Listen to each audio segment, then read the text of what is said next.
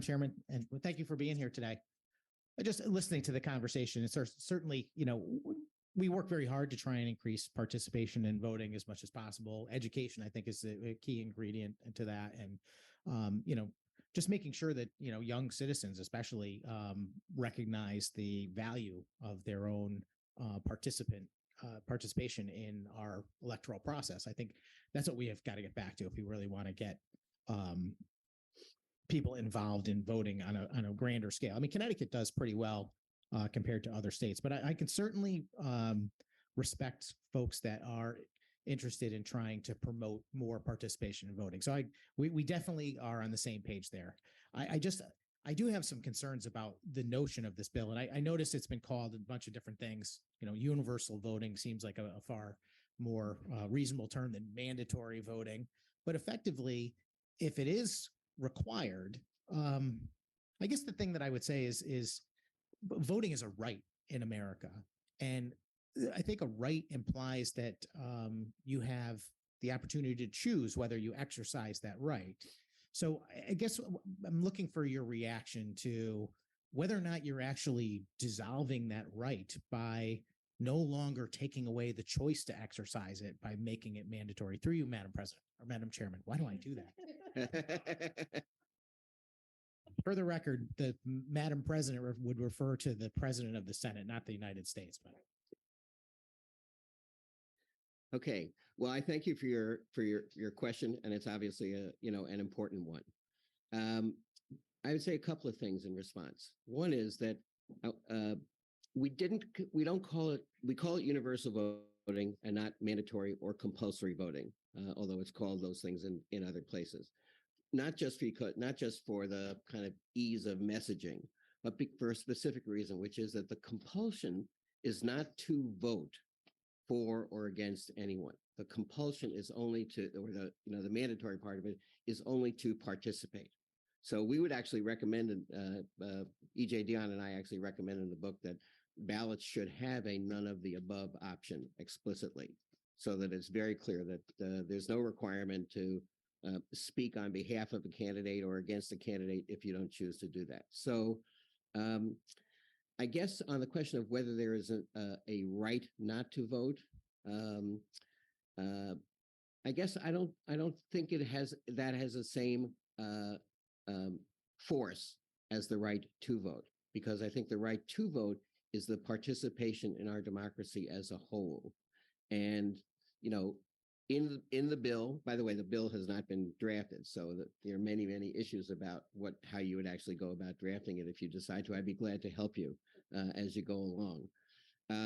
But we would propose that there is an ability to proclaim oneself a conscientious objector and say, I really don't want to vote, and you have that right, whether it's religious or just philosophical. Basically any reason that you have for not voting is accepted in Australia, and I would recommend that if we do this here, we do the same thing. So yes, it is certainly more asking more of people and requiring them to participate, as I say, as we do now with jury duty. And I think that the benefit of it is that it is an infringement, if you will, in the ability to just say, I don't really want to bother with all this. But I think the benefit of having a 90% participation rate in our democracy and in the decisions would be so overwhelmingly important that I think the minor inconvenience that this bill might create for people, I think, is well justified. Through you, Madam Chairman. Well, thank you for that answer. And I guess you ended your comments right where I would say that's where the debate lies. It's the notion of the infringement versus a relative benefit. And, I look at the United States as a much different place than Australia, for one thing. I mean, this is a nation of free citizens. And how free can you actually be if someone's forcing you to vote, is my opinion. Sure, I think people should participate in the electoral process. People should be informed and they should vote. But I also certainly would respect anyone who doesn't participate in any of our other rights, particularly the ones that are protected by our Constitution. The right to keep and bear arms, for example. Some people choose not to. If there was a compulsory requirement to keep and bear arms, I would find that just as much of an infringement. The right to engage in speech. You know, I think something is lost in being free citizens and having rights if we are no longer free to choose whether we exercise them. And I don't know if that's entered into your thought process here. I mean, it seems to me like, you know, the legislatures and governments as they grow have a tendency to begin to decide things for other people. And I think that this country was founded on the notion that we're not going to have government that decides things for other people. At least that's where I view it. And Right. as a member of the minority, I mean, you know, full disclosure, I end up being the guy here saying, no, we shouldn't be imposing these type of things on people that don't want them. And in almost every case, I think freedom is the position that should reign supreme in America, and that freedom would extend to the right to be able to decide whether or not to participate. I get the idea that you've included in this process some element of an opt-out, but the opt-out itself is also a violation of freedom. I'm just curious to have your reaction to my comments on, you know, is America a different type of nation? I mean, I truly think it is. I mean, they don't have anywhere near the same individual liberty as we do in America. And again, this is a notion of individual rights. You know, the benefit you speak of might be a collective benefit, and that's only an opinion that it's a collective benefit to have more participation, but that collective benefit versus an individual right. And I think that that's what separates us from Australia. And I'm just curious why that would be a major part of your testimony, that it works so well there, because we are a different country. Through you, Madam Chairman. Okay, I guess one of the reasons that we do talk about Australia is that I do think that is kind of an analogous country. It is, you know, was had its English roots as we had our English roots. It is a relatively very free country. There's, you know, it's very much like our country. It's not as diverse as we are, but it is diverse. And, you know, I think people think of themselves as very, very free citizens there.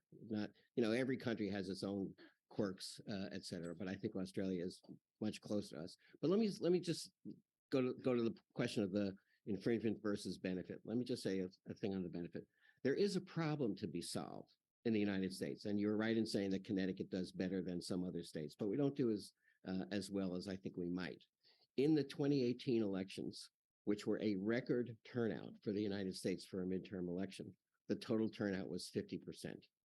In the 2020 elections, which were a record turnout for presidential elections, it was 66%.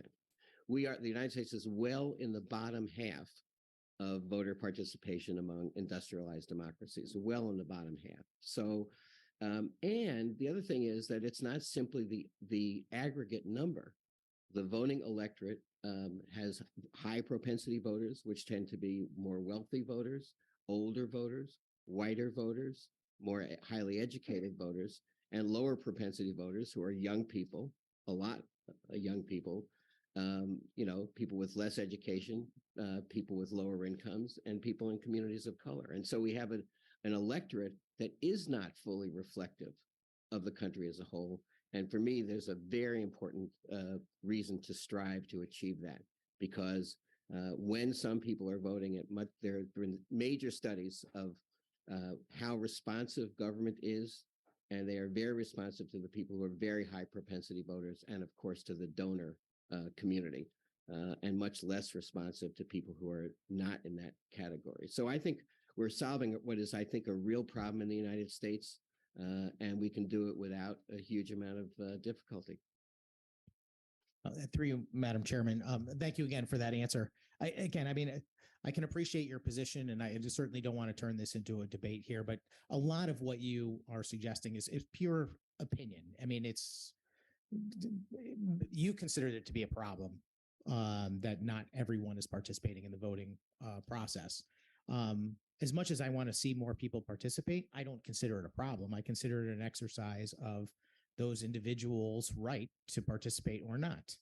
And 2018, you mentioned 50% of the people participated, but the other 50% didn't participate. Well, I'm here to protect their rights as much as the people that did. And I guess that's the difference here, is that once you cease to recognize someone's right as a right itself, for them to utilize in the way they see fit, and you suggest that somehow their right is gone because now you've turned what was once their opportunity to exercise their free will into something that the government requires of them. I don't know if you are still a sovereign individual anymore. You sound like a subject at that point, respectfully.